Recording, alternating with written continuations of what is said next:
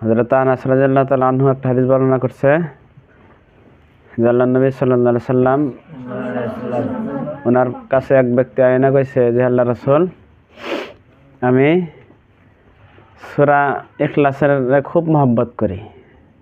তো আল্লাহর নবী কি কইছে যে এই সূরার মহব্বতে তোমার কি করব জান্নাতে প্রবেশ করে দিব। সুবহানাল্লাহ। আন আনাসিন ক্বালা ইন্না রাজুলান ক্বালা ইয়া রাসূলুল্লাহ ইন্নী উহিব্বু হাযিহিস সূরা কুল হুয়াল্লাহু আহাদ ইন্না হুব্বাকা ইয়্যাহ ক্বালা ইন্না হুব্বাকা ইয়্যাহা দাখালাল জান্নাহ। হযরত আনাস রাদিয়াল্লাহু তাআলা আনহু বর্ণনা করে যে আল্লাহর নবী সাল্লাল্লাহু আলাইহি সাল্লামের কাছে আইনা এক ব্যক্তি কইছে আল্লাহর রাসূল ইন্নী উহিব্বু হাযিহিস সূরা আমি এই সূরারে খুব মহব্বত করি। সূরা মানে কুল হুয়াল্লাহু আহাদ আমি এই সূরাটা কি করি খুব মহব্বত করি। আল্লাহর নবী কি কইছে ক্বালা ইন্না হুব্বাকা ইয়্যাহা দাখালাল জান্নাহ আদখালাল জান্নাহ। আল্লাহর নবী কি কইছে যে তোমার এই সূরার